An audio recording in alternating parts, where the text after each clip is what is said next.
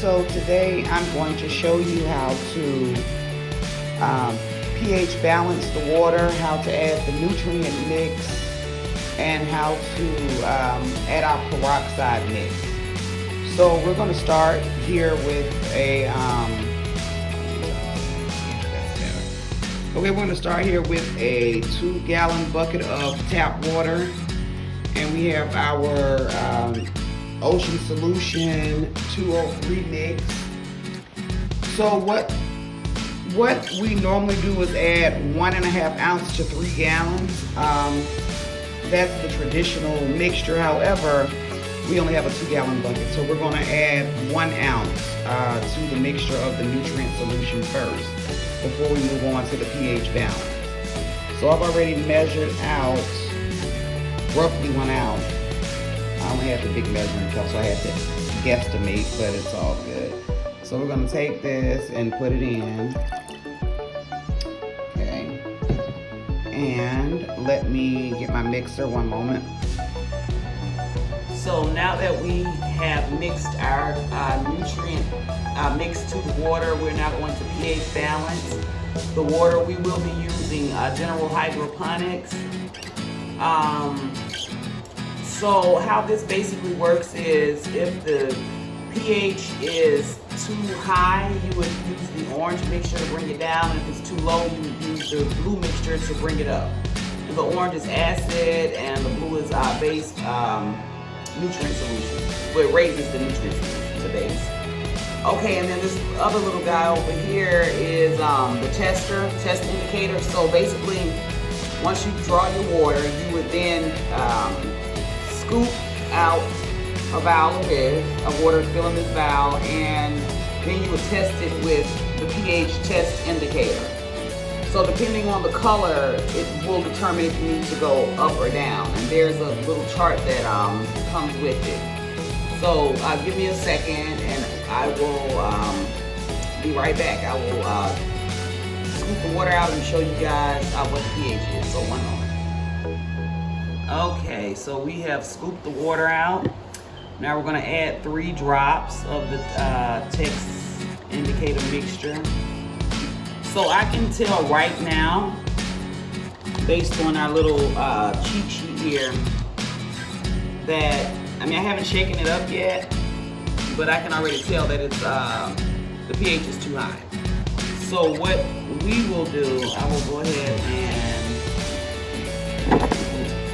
put that on there, shake it up, and then we'll put it next to this so you can see.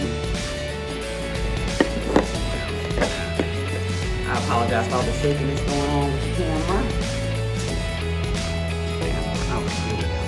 So you see that where it's too high. So we're going to bring that down by adding the orange mixture. 1 moment. Okay, so we are going to take 2 dropperfuls of the acid. Yeah, I'm just going to start off with 2 just based on how much water is here. And if it's too high, it's cool, because then we can just show you how to bring it down. So that'll be great. Okay, so let me test it 1 moment. Okay, so we went ahead and added we went ahead and tested the water off camera. So now, as you can see, we have this little light yellow color, and that's what we're going for. So right now, based on what's in the vial, it's at about a 6.5, I would say. It's about a 6.5. I could have probably added just a tad bit more.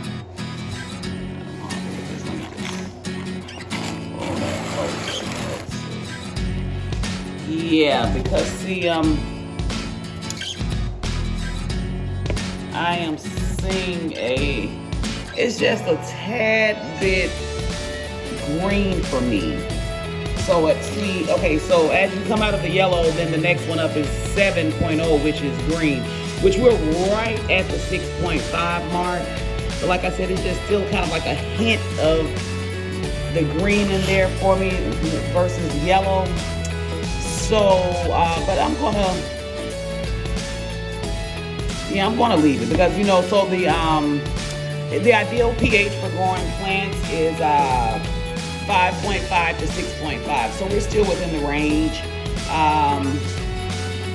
Yeah, we'll just go with this and see how it pans out. So, okay, cool.